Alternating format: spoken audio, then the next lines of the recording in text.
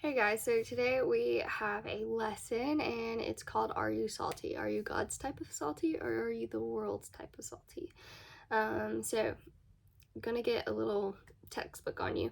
Sodium is essential for nerve and muscle function, okay? And it is involved in the regulation of blood pressure and fluid volume in someone's body. Now, Matthew 5:13 through 16. Let me get to it. My bad. Wasn't prepared, I guess. And we just started. Good luck. All right, Matthew 5:13 through 16. Ye are the salt of the earth, but if the salt have lost his savor, wherewith shall it be salted? It is thenceforth good for nothing, but to be cast out and to be trodden under foot of men. Ye are the light of the world. A city that is set on an hill cannot be hid. Neither do men light a candle and put it under a bushel, but on a candlestick.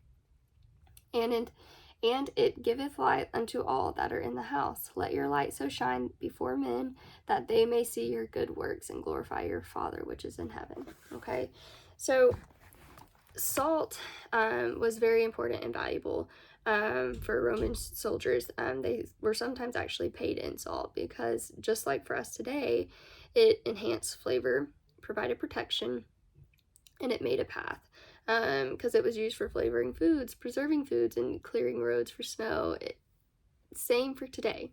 Okay, the salt used in Israel came from the Dead Sea, which it would have contained impurities, which could cause flavor loss.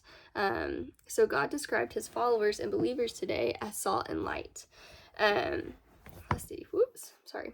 Clearly called to influence, improve, and make the world a better place. These verses, paraphrase, says, "Let me tell you why you are here. You're here to be salt seasoning that brings out the God flavors of the earth. If you lose your saltiness, how will people taste the godliness?" So, those who seek God see others as he sees them. When we love people for who they are, it can reveal the best in them and encourage them to grow. Just as salt adds wonderful flavor to food, we can be vessels of God's love to the people he purposely places around us.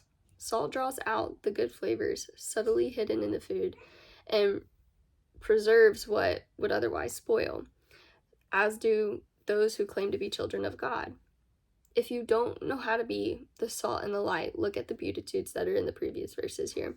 And I'll go over a few of them. But it says, Blessed those are humble and recognize their need for God. Blessed are those who mourn their sins. Blessed are those who submit to God as Lord. Blessed are those who show mercy through forgiveness, kindness, and compassion. Blessed are those who passionately long for Christ. Blessed are those who have been purified from inside out. Blessed are those who have been reconciled to God through Jesus Christ and bring the same message of reconciliation to others. Blessed are those daring enough to openly live for Christ and suffer persecution. So it's not just our actions that express whether we are salt or not. It's also our words. Colossians 4:6 says, "Let your speech be always with grace, seasoned with salt, that ye may know how ye ought to answer every man." Preserved and flavored salty speech means our words are infused with the very love of Christ and his Holy Spirit living in us as believers. His presence in our lives permeates all we do. Even our speech. The Christian conversation is to be wholesome and helpful. C.S. Lewis once said, "Don't shine so others can see you, shine so that through you others can see him." And I think that's very important for all of us to hold on to. But in the message that I have for us today, there's 3 different points that I really want y'all to grasp. The first is watch your mouth, or watch what you say. Put your money where your mouth is, talking about your actions, and then don't let your past or current situation hold you back, learning how to shake it off. So the first part, watch your mouth. So did you know that just with the power of your mouth, you can either speak life into something or death? Proverbs 18:21 says, "Death and life are in the power of the tongue, and they that love it shall eat the fruit thereof." The stakes are high.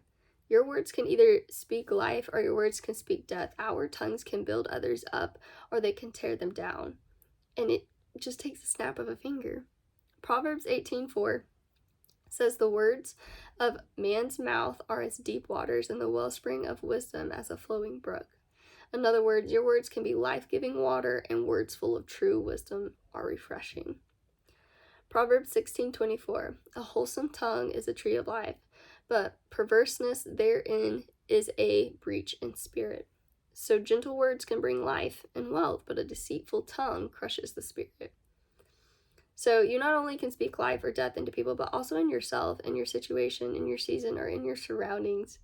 And I just want you to look at previous bad days or previous good days. What was your mindset like? So I want you to take a look at this. When you walk into work, clinical, classroom, whatever it may be, and there's some minor inconvenience that happens, what do we usually say?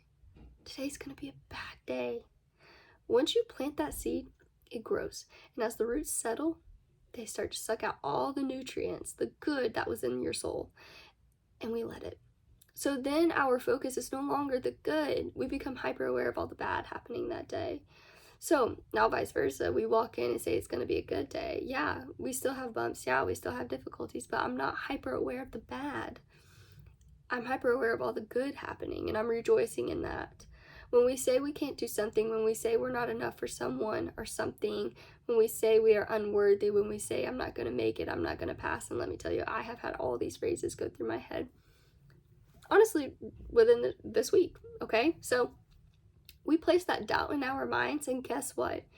We can't do it. We fail, we quit, and we walk away angry and mad, and that helps no one. So some people respond with, I say that so I don't get my hopes up. I've been there. I've said things like that because I've had high expectations for a day, and let me tell you, all I wanted to do was crawl into bed at the end of the day because it was that bad. So, no, you're lowering your expectations that God will show up. You're making the bed you're going to sleep in because you didn't have higher expectations of your God. Your words are compared to fruit and honey in the Bible. So, who are you feeding and what are you feeding it? Genesis 3:1-8, and I'm not going to read all of that. We pretty much know the story. It's talking about Eve, Adam and Eve. A serpent appears, convinces Eve she won't die by eating the fruit that God told her not to eat from. The serpent is a deceptive creature or trickster known as Satan. According to Google, a serpent is a large snake or as a creature that creeps, hisses, or stings. Either way, it's small enough to hide, but big enough to bite. Then, in Revelation 12:9, it's talking about this dragon. So, and the great dragon was cast out, the old serpent called the devil and Satan, which deceiveth the whole world. He was cast out into the earth, and his angels were cast out with him. So, in the previous verses, actually, I believe in verse 3 in chapter 12, it says that it's talking the description of the dragon. So, that large snake at the beginning in Genesis turned into a red dragon with 7 heads, 10 horns, and 7 crowns on his head. Someone has been feeding him to get to a snake, to a dragon. So, who are you feeding and what are you feeding them? And that's a question to ask yourself in every season of life you are in. And it could just be you. Are you feeding yourself with negative thoughts, or are you feeding yourself with positive energy and a positive attitude? Believe it or not, your mindset has a lot to do with the outcome of a day.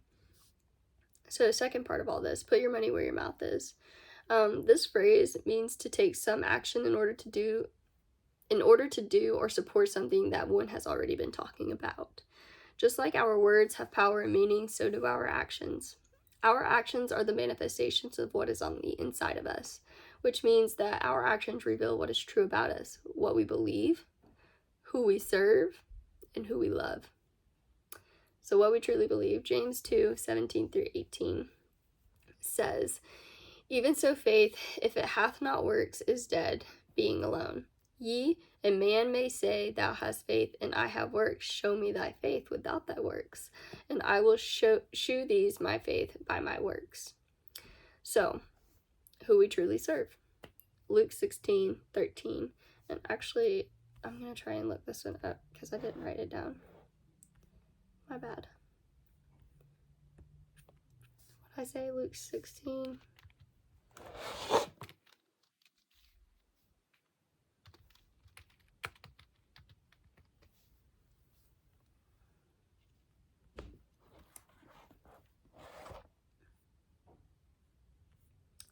No, 16, 13, not 18.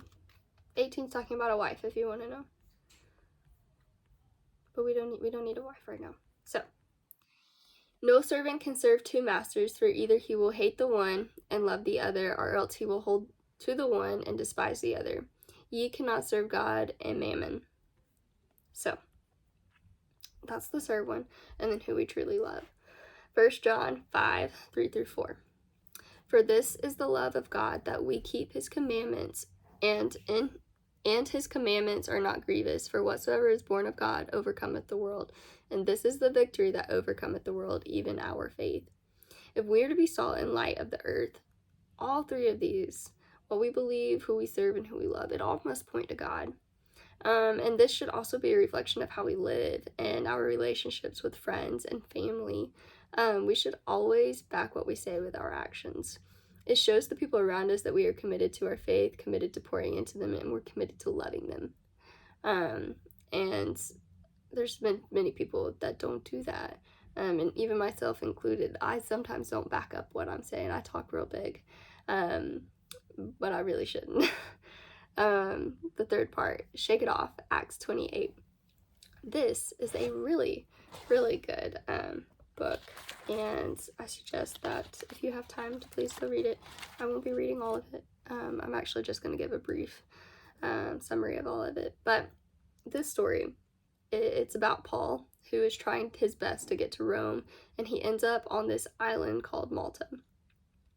Paul is one of the people in the Bible who faced a lot of hardships, trials, and one thing after another, but he never stopped smiling. This man was kidnapped, beaten, threatened, arrested many times, accused in lawsuits, interrogated, ridiculed, ignored, and shipwrecked. And something else, which we're about to discuss, okay? So, now Paul was trying to get to Rome so he could preach the gospel. He becomes shipwrecked, finds himself on Malta with barbarous people who let him and others join to get warmth from the fire. He finds himself in a setback, though. And then in verse 3, it's talking about he's gathering all of these sticks to help keep the fire going. So he's doing his best to help while he's there. And when Paul had gathered a bundle of sticks and laid them on the fire, there came a viper out of the fire and fastened on his hand. So, let's see. Okay, in verse 5 it says, and he shook off the beast into the fire and felt no harm. These people waited for Paul's hand to swell. They waited for him to fall. They waited for him to die. They waited and they watched instead of trying to find help. Instead of coming to his aid, and it says they watched for a great while. So, your response to a situation, circumstance, setback, will always have onlookers. Now, these people went from thinking he's a murderer to a god because they believe that when you get bitten, that you've done some type of wrong. But he was okay. So now they're thinking he's a god, which is why we cannot rely on people when they tell us what our calling or our purpose is, because it'll change just like that, okay? But listen, Paul shook the snake off. The people then viewed him as a god. Now, when others see us shake something off, when they see our responses, they shouldn't see us as God. They should see us with God. Okay, very big difference. They should see a much bigger God, voice, and power and strength inside of us instead of the setbacks around us. Not only that, but Paul's setback became a setup for God's work. Paul was caught in a waiting, slowed down by a setback. But if he hadn't have been slowed down, God's healing wouldn't have been shown in Malta. Paul's setback was a setup to meet the chief of the island. That same hand that was bitten provided healing, and the healing began to spread throughout this island. And when it was time, God's time, for them to depart and leave Malta, to leave the setback, they had all the things they needed because the chief then gave them everything they needed. Okay? So, to end all of this and conclude it. So, speak and act how God would speak and act, and let your responses reflect back to God. All it takes is one conversation, one action, one response to lead someone or show someone who God is. Because those people that don't want to come to church, those people that don't believe in God and don't believe in the church or whatever it may be, or believe in all these other religions, guess how they're going to see God? It's through us. It's through how we speak, how we act, and how we handle our circumstances. And that's why God calls us to be the salt. So that's all I got. I hope y'all have a blessed day.